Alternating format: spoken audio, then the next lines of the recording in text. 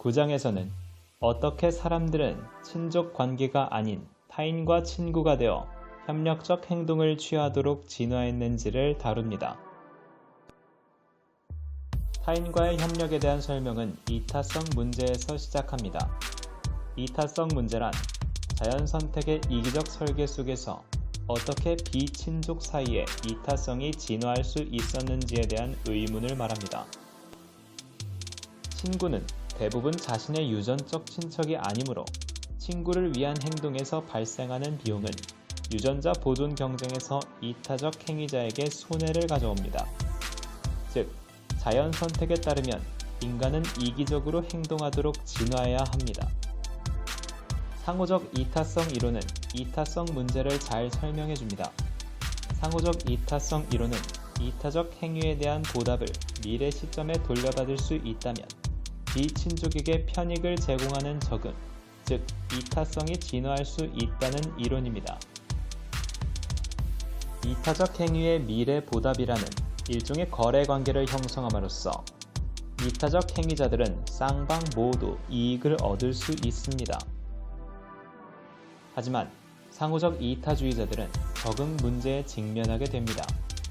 자신이 베푸는 편익이 장래에 회수될 보장이 없다면 이타성은 보존되기 어렵습니다.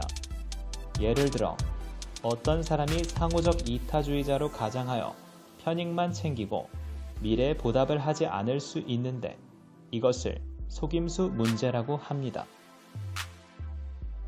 엑설로드와 해밀턴은 속임수 문제를 해결하기 위한 전략을 발견했습니다. 속임수 문제를 도식화한 죄수의 딜레마 게임을 200번 시행하는 컴퓨터 시합을 개최하면서 각 분야의 전문가들에게 전략을 제출하라고 했는데 우승자는 단 4행짜리 명령문으로 이루어진 받은 만큼 되돌려주기 전략이었습니다. 이 전략의 내용은 첫 번째 시도에서는 협력하고 그 다음 시도부터는 무조건 상대가 한 대로 응수하는 것입니다. 상대가 협력하면 협력을, 배신한다면 똑같이 배신하는 것입니다. 트리버스는 이 전략에 조건부 호혜성이라는 이름을 붙였습니다. 엑설로드는 이 전략의 특징을 다음과 같이 정리했습니다. 절대로 먼저 배신하지 마라. 상대방이 먼저 배신한 다음에만 보복하라.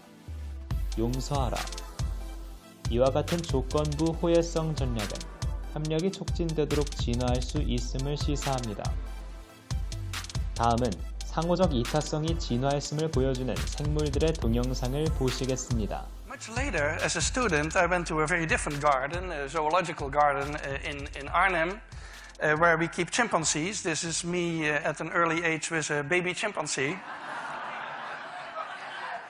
And I discovered there that chimpanzees are very power hungry and wrote a book about it. And at that time, the focus in a lot of animal research was on aggression and competition. And actually the whole picture of the animal kingdom, and humanity included, was that deep down we are competitors, we are aggressive, we are all out for our own profit, basically.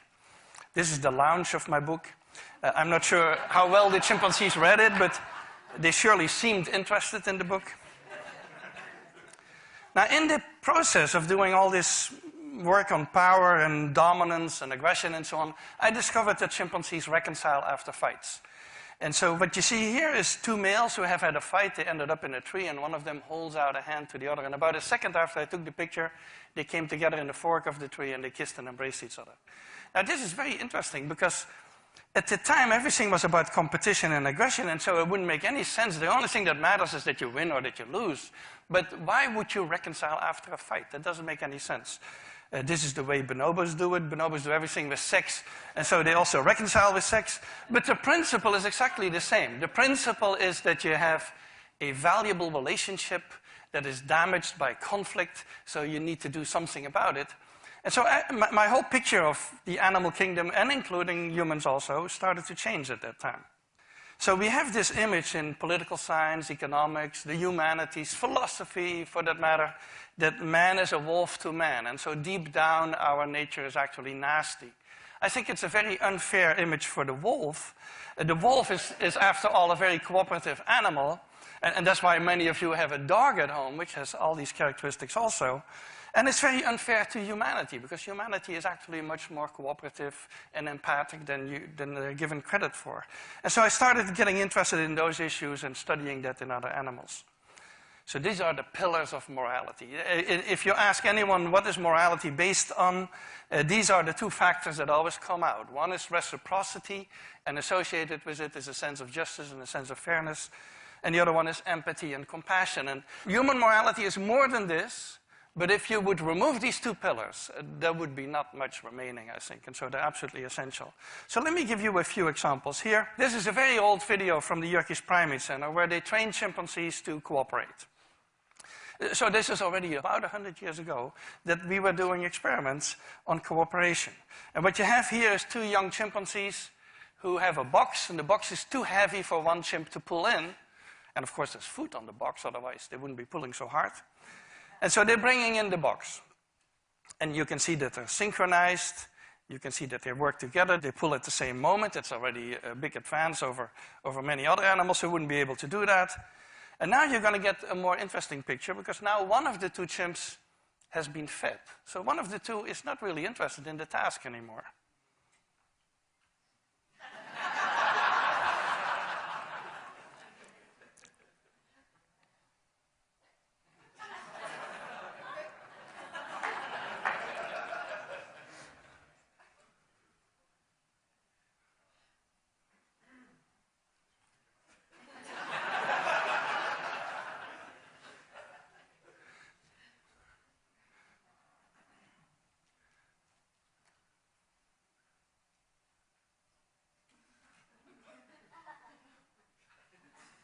Now look at what happens at the very end of this.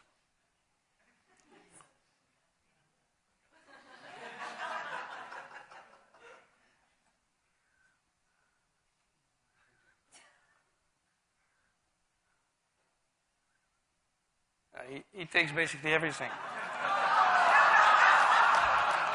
So there are two interesting parts about this. One is that the chimp on the right has a full understanding he needs the partner, so full understanding of the need for cooperation.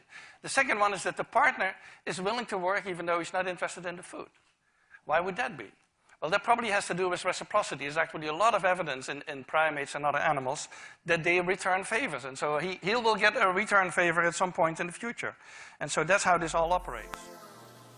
사회계약 이론은 사람들이 속임수의 가능성을 회피하기 위해 사회계약을 맺는다는 이론입니다. 사회계약 이론은 인간이 속임수를 사용하는 사기꾼을 회피하기 위해 진화한 증거로 5가지 인지적 능력을 제시합니다. 많은 개인들을 식별할 수 있는 능력, 많은 개인들과 상호작용한 이력을 기억하는 능력, 자신의 필요를 남에게 알리는 능력, 다른 사람의 필요를 파악하는 능력, 다양한 교환 품목의 비용과 편익을 대표할 수 있는 능력. 다음으로 사기꾼과 잠재적 이타주의자를 간파하는 적응 발달의 증거를 동영상을 통해 알아보겠습니다. In a moment, I'm going to ask you all to make a drawing. Okay. It could be a sketch, All right. a doodle, something you've drawn before, something you've never drawn before. The important thing is that it be a drawing of something. Okay. Your 15 seconds begins now. You should be drawing already because already 7, 6. Come on, you know the words. 5, 4, 3, 2, 1. Markers on Yep. the floor. Great. Pass them all to Jason. The Thanks, drawings. guys. Thank you. Jason, mix them all up. Very, very mixed up. Mix, mix, mix, mix, mix, mix, Making mix, mix. this into the most random shuffle in the universe. All Okay. right. All mixed up. All mixed up. Drawings too. Drawings too. Okay, excellent. Here's what we're going to do. I'm going to try, through identifying through body language and other sorts of techniques, who drew what. I'm going to ask you if you drew this. Simply say no. I'm going to see if I can't pick up those subtleties that say that you're lying or that you're not. Did you draw this? No. Did you draw this? No. Did you draw this? No. Did you draw this? No.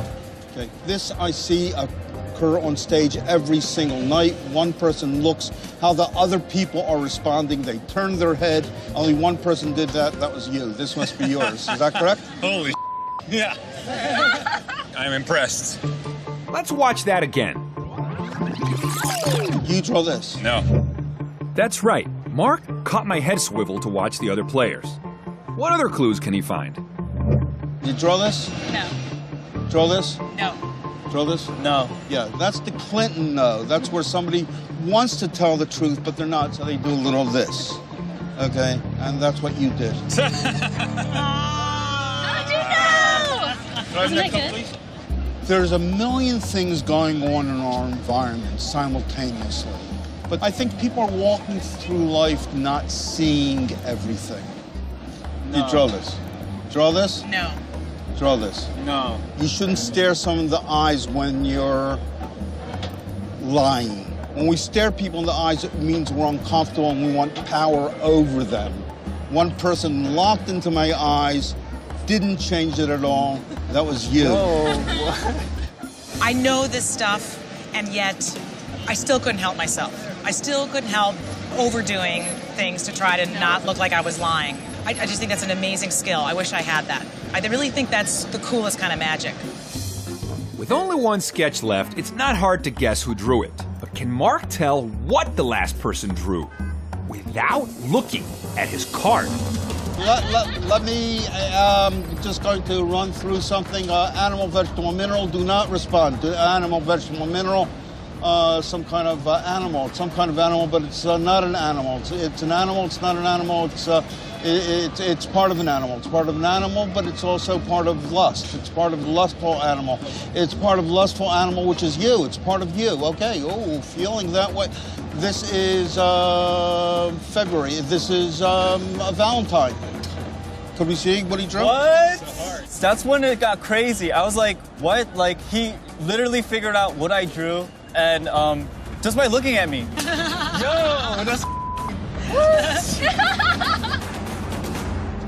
Wow. yo, Very impressive. very impressive. Blown away. Thanks, guys. Oh my God. Thanks, guys.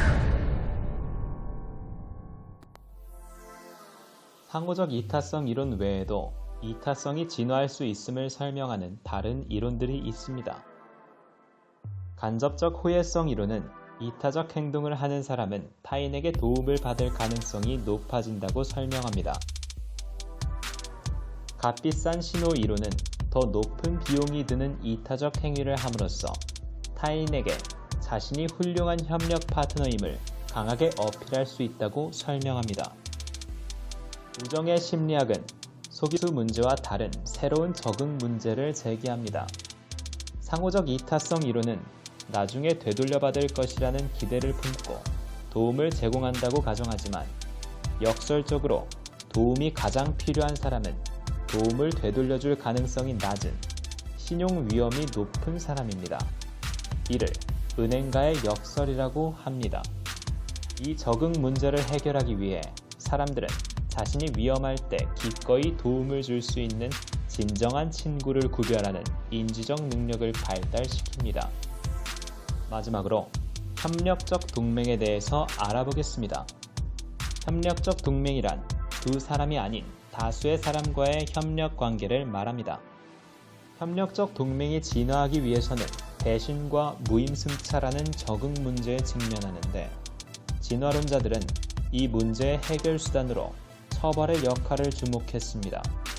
하지만 처벌은 집단에게는 이익을 주지만 처벌 행위자에게는 비용을 부담시킵니다. 처벌의 비용 문제 해결을 위한 설명은 다음과 같이 제시됩니다. 첫 번째는 징벌적 정서의 발달입니다. 사람들은 무임승차자를 징벌하려는 욕구가 발달했다는 설명으로 처벌할 때 뇌의 보상 중추 영역이 활성화된다고 합니다. 두 번째는 문화적 집단 선택 가설입니다. 더 효율적인 규범을 지닌 집단이 생존할 가능성이 높으므로 처벌이 장려되는 집단으로 적응하였다는 설명입니다. 세 번째는 평판의 이익입니다. 처벌자는 집단에서 더 신뢰할 수 있고 집단 중심적인 인물로 평가받기 때문에 처벌이 장려되었다는 설명입니다.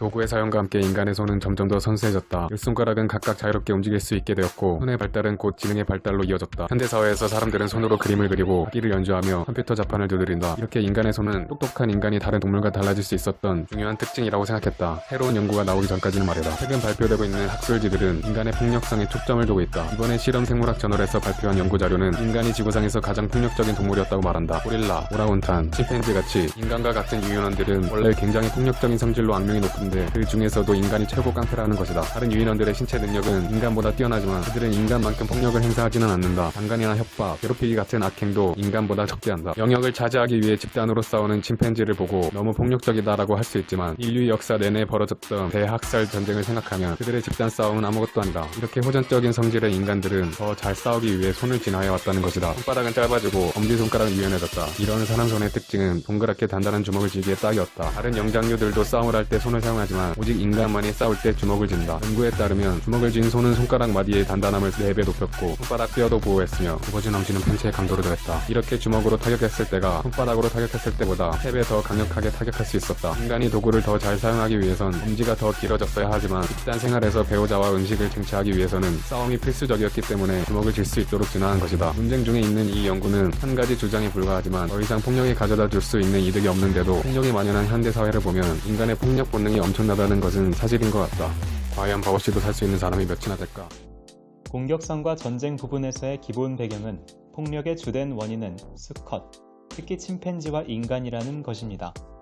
랭엄과 피터슨에 따르면 전체 동물 중에서 수컷들이 주도한 조직적인 동맹이 종에게 치명적인 공격을 가하는 모습이 관찰되고 기록된 것은 현재까지 침팬지와 사람 단 2종밖에 없다고 합니다. 다음으로 적응 문제의 해결책이 공격성인 경우들에 대해 살펴보겠습니다. 먼저 사람은 역사적으로 생존과 번식에 소중하게 여겨진 자원을 저장하는 특징이 어떤 종보다도 강하게 나타납니다. 남이 차지하고 있는 소중한 자원에 접근하는 수단은 사회적 교환, 절도 등 여러 가지가 있는데 공격 또한 남의 자원을 탈취하는 한 가지 수단입니다. 두 번째로 동성 경쟁자에게 값비싼 비용 치르기에 대해 알아보겠습니다. 이 문제는 같은 자원을 놓고 경쟁하는 동성 경쟁자 때문에 생겨나는데 그런 자원 중 하나는 소중한 이성 구성원에 대한 접근입니다. 세 번째로 지위와 권력 서열 협상이 있습니다. 이 진화 가설은 공격성이 기존의 사회적 위계 질서에서 그 사람의 지위와 권력을 높이는 기능을 한다는 것입니다. 네 번째로 경쟁자의 장래 공격 억지를 들 수 있습니다. 공격적이라는 평판을 얻으면 다른 사람의 공격이나 다른 형태의 비용 부과 시도를 억제할 수 있는 것입니다. 공격성과 공격성에 대한 평판은 억지력을 발휘해 자신의 자원과 배우자를 탈취하려는 다른 사람의 시도에 대한 적응 문제를 해결하는 데 도움이 되는 것입니다. 다섯 번째로 장기적 배우자의 불륜 억지가 있습니다. 이 가설은 공격 위협이 장기적 배우자의 불륜을 저지하는 기능이 있다는 것입니다. 많은 경험적 증거는 남자의 성적 질투가 배우자의 폭력의 주요 요인이거나 부추기는 맥락이라고 시사합니다. 마지막으로 공격성의 맥락 특정성을 들 수 있습니다. 중요한 맥락 한 가지는 공격성이 평판에 미치는 결과와 관련된 것입니다. 진화심리학의 관점에서 공격성이 늘 똑같이 표출되는 게 아니라 진화한 기제가 맥락에 민감하도록 설계되어 있을 것이라고 예측한다는 사실입니다. 다음은 왜 남자는 여자보다 더 공격적일지 알아보겠습니다. 여러 문화의 살인 통계를 비교한 연구에 따르면 모든 문화에서 살인자는 남자가 압도적으로 높은 비율을 차지합니다. 첫 번째로 동성 간 경쟁이라는 진화적 모형이 이를 설명해 줍니다. 두 번째는 자식에 대한 투자를 암컷이 수컷보다 훨씬 많이 하는 종의 경우 암컷은 수컷에게 소중하고 한정된 번식 자원이라는 것으로 설명이 가능합니다.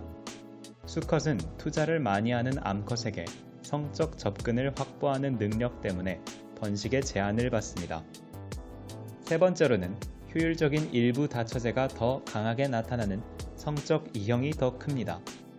경쟁자와 치열한 싸움을 벌이는 전략과 투자를 많이 하는 이성을 유혹하는 데 필요한 자원을 얻느라고 큰 위험을 무릅쓰는 전략을 포함해 일부 다처제는 본질적으로 위험한 전략을 선호합니다. 네 번째는 분노 재보정 이론을 통해 설명할 수 있는데, 재보정 이론은 분노를 느끼고 표현하는 것이 분노 대상인 상대에게 자신의 안녕에 매기는 가치를 높이는 기능이 있다고 주장합니다. 이 이론에 따르면 남에게 비용을 부담시키고 편익을 주는 능력이 높은 개인은 분노하기가 더 쉽다는 것입니다. 이 이론은 신체적으로 강한 남자와 육체적 매력이 뛰어난 여자가 분노를 하기가 더 쉽고 사회적 갈등을 자신에게 유리하게 해결하기도 더 쉬울 것이라고 예측합니다. 공격성의 독특한 적응 패턴을 뒷받침하는 경험적 증거를 알아보겠습니다. 공격성 진화에서 가장 직접적으로 나오는 예측, 즉 남자는 여자보다 폭력과 공격성을 사용할 가능성이 더 높다는 예측에 대한 증거를 살펴볼 수 있습니다. 다음으로 남자들이 저지르는 동성 간 살인 비율 통계 자료를 통해서 모든 문화에서 남자가 다른 남자를 죽이는 비율은 여자가 다른 여자를 죽이는 비율보다 훨씬 높음을 알 수 있었습니다. 그 다음으로는 학교에서 일어나는 동성 간 집단 괴롭힘에서도 남녀 간 큰 차이를 보였는데, 남자는 폭력적이고 위험한 형태의 공격 사용을 더 자주 하고 여자는 경쟁자를 언어적으로 비하하는 것처럼 덜 폭력적인 방법을 사용하는 경향이 있는 것으로 나타났습니다. 마지막으로 원주민 공동체에서 일어나는 공격성 조사를 통해 더 위험한 공격 빈도는 남자가 여자보다 압도적으로 많은 것을 알 수 있습니다. 지금부터는 남자에 대한 남자의 공격을 촉발하는 맥락에 대해 살펴보겠습니다. 남자와 남자 사이의 살인 사건을 둘러싼 인과론적 맥락은 여러 가지가 있는데, 첫 번째로 결혼 지위와 고용 지위에 있어서 자원이 부족하고 장기적 배우자를 유혹할 능력이 없는 것은 남자와 남자 사이의 살인과 연관관계가 있는 사회적 맥락으로 보입니다. 그리고 주변의 또래 집단 사이에서 지위, 평판, 명예를 지키기 위한 것이 살인이 일어나는 주요 동기가 됩니다. 두 번째로 성적 질투와 동성 간 경쟁이 살인을 촉발하는 중요한 요인이 됩니다. 경쟁자를 향한 남자의 공격성은 아주 특별한 맥락, 배우자 보존이라는 적응 문제에 대처할 때 표출됩니다. 다음으로 여자에 대한 여자의 공격을 촉발하는 맥락을 살펴보면, 여자는 지위가 높은 남자와 장기적 유대를 시작하기 위해서뿐만 아니라 배우자의 충실성을 유지하기 위해서도 경쟁한다고 합니다. 여자들은 사회적 배척 또는 추방을 여자 경쟁자를 제거하는 주요 전략으로 사용하는 경향이 있습니다. 여자들은 종종 언어적 공격을 통해 사회적 추방을 달성합니다. 이와 관련된 영상 자료 보고 오시겠습니다. 너네가 여자의 우정을 알아?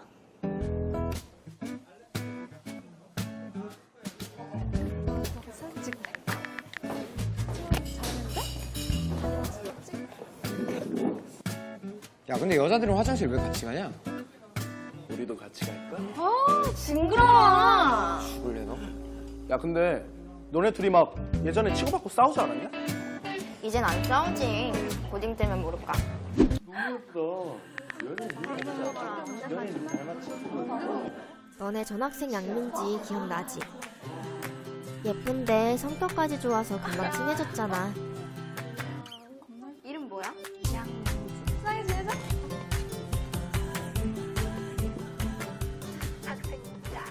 근데 얘가 자꾸 슬비 옆에만 앉더니 야, 너네 어제 엠카 방송 봤어? 어, 나 봤어. 너 누구 좋아해? 방탄소년단. 나도. 둘이서만 걸어가고 정말. 둘만 따로 연락해서 좀 기분 나빠했었다. 근데 더한 건 뭔 줄 알아? 글쎄, 나 하고 싶은 게 없어. 너는 대신 공부 잘하잖아. 나도 공부 말고 예체능이나 할까? 그럼 스트레스 안 받아도 되잖아. 야, 나는 뭐 스트레스 안 받는 줄 알아? 야, 너 화를 내고 그래. 됐어.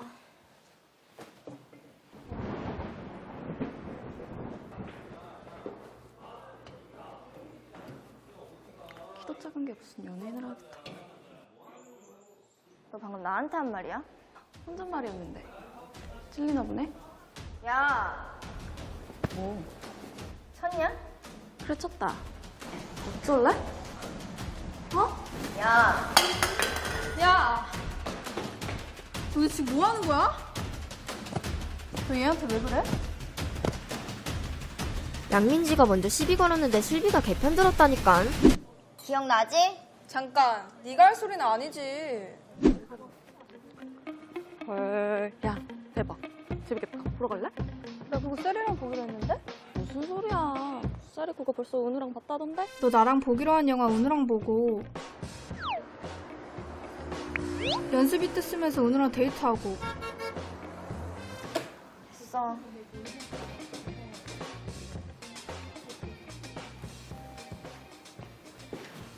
와, 쌩 까는 거 봐. 하여간 남자친구 생기면 친구 부르는 게 꼭 있다니까. 근데 너무 신경 쓰지 마. 은우 때문에 나는 신경도 안 썼잖아. 야, 쟤한테 왜 그래? 맨날 둘이 같이 다니더니 이제 난 친구도 아니냐? 네가 먼저 남친 생겼다고 나 버렸잖아. 내가 언제? 너 연습 간다면서 은우랑 데이트하고 영화도 나랑 보자 해놓고 은우랑 봤잖아. 야, 나 아직 영화 안 봤거든? 뻥치지 마. 민지가 은우랑 너랑 같이 봤다 했거든? 아, 뭔 소리야. 나 아직 안 봤다니까. 야, 양민지, 네가 셀이 영화 은우랑 봤댔지? 얘한테 거짓말이냐? 얘가 거짓말을 왜 해? 그럼 나 왜 하는데? 야, 네가 말해봐. 네가 그랬잖아. 무슨 소리야? 나 그런 적 없는데? 이 미친? 야, 뭐 하는 거야? 야, 누구야? 야, 나는 셋이다. 이 중에 시름 없으니 어부의 생이로다.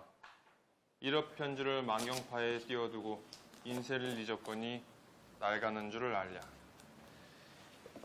이 고전 시가는 이연보의 어부단가의 일부분이야. 얼마나 많이 신경을 썼는지 알 수 있을 거야. 다음으로 이수로 넘어가면 순록수, 도라버니 만점 청사. 이슬비, 김세리 나가. 나가.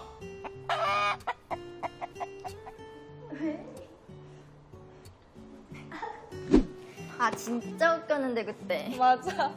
야, 그래도 네 덕에 화했다. 고마워준. 야, 너네 이 오빠 아니었으면 어쩔 뻔했니? 아, 또 저런다 또. 근데 걔 왜 그렇게 너 싫어한 거야? 너야 모르지. 야, 짠이나 해.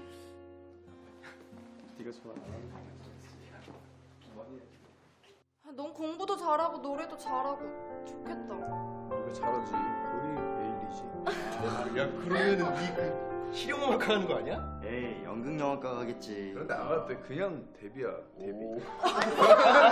한국 해주시죠. 한국 해주시죠. 다음으로 여자에 대한 남자의 공격을 촉발하는 맥락을 알아보겠습니다. 남자가 여자에게 저지르는 비성적 폭력의 피해자 중 다수는 배우자나 여자친구인데 성적 질투가 주요 원인으로 보입니다. 또 여자 희생자들에게서 눈길을 끄는 특징은 바로 나이입니다. 나이가 어린 아내와 여자친구일수록 살해당할 가능성이 훨씬 높습니다. 젊음은 여자의 번식 가치를 알려주는 중요한 단서이기 때문에 남자의 성적 질투는 특히 젊은 여자 배우자를 향해 쏠릴 것입니다. 마지막으로 남자에 대한 여자의 공격 맥락을 보자면 실제로 일어나거나 의심되는 불륜 때문에 분노한 남편의 공격에 스스로를 방어할 때 또는 오랫동안 신체적으로 학대를 당해온 아내가 남편의 강압적인 손아귀에서 벗어날 방법이 달리 없다고 판단될 때 이런 일이 일어난다고 합니다. 마지막 주제로 전쟁에 대해 살펴보겠습니다. 투비와 코스미데스가 제안한 진화 이론에는 전쟁 적응이 진화하려면 반드시 충족시켜야 할 4가지 필수 조건이 있다고 합니다. 첫 번째로 전쟁이 적에 대한 성적 접근을 상당히 높이는 결과를 초래한다면 남자는 전쟁에서 얻을 게 많다는 것이 있습니다. 두 번째는 동맹 구성원들이 자기 집단이 승리할 것이라고 믿어야 하는 것입니다. 이것은 자기가 속한 동맹이 전투에서 승리할 것이라는 믿음뿐만 아니라 전투 후에는 전투 전보다 자기 동맹의 집단 자원이 더 커질 것이라는 믿음을 뜻합니다. 세 번째는 각 구성원이 감수하는 위험과 각 구성원이 성공에 기여한 역할은 그에 상응하는 편익의 몫으로 돌아와야 한다는 것입니다. 즉, 전투의 승리를 거두는 데 더 많이 기여한 남자는 더 많은 몫을 받을 자격이 있도록 해야 한다는 것입니다. 네 번째로는 전투에 참여하는 남자는 누가 살고 누가 죽을지 알 수 없는 무지의 베일에 가려 있어야 한다는 것입니다. 위험을 다른 사람들과 함께 분담하고 누가 살고 누가 죽을지 아무도 모른다면 자연 선택은 동맹의 전쟁에 참여하려는 심리적 경향을 선호할 수 있는 것입니다.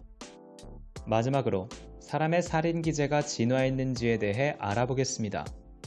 켈릭과 시츠와 데일리와 윌슨은 실수 가설이라고 부를 수 있는 것을 채택했는데 이 가설에 따르면 남자는 강압적 통제 수단으로서 그리고 갈등 원인을 제거하기 위한 수단으로서 폭력을 사용하는 심리 경향이 진화했다고 합니다. 다음으로는 살인 적응 이론이 있는데 이 이론에 따르면 사람은 전쟁이나 동성 간 경쟁, 배우자의 불륜이나 배신 같은 예측 가능한 특정 상황에서 다른 사람을 죽이려고 하는 특정 심리 기제가 진화했다고 합니다.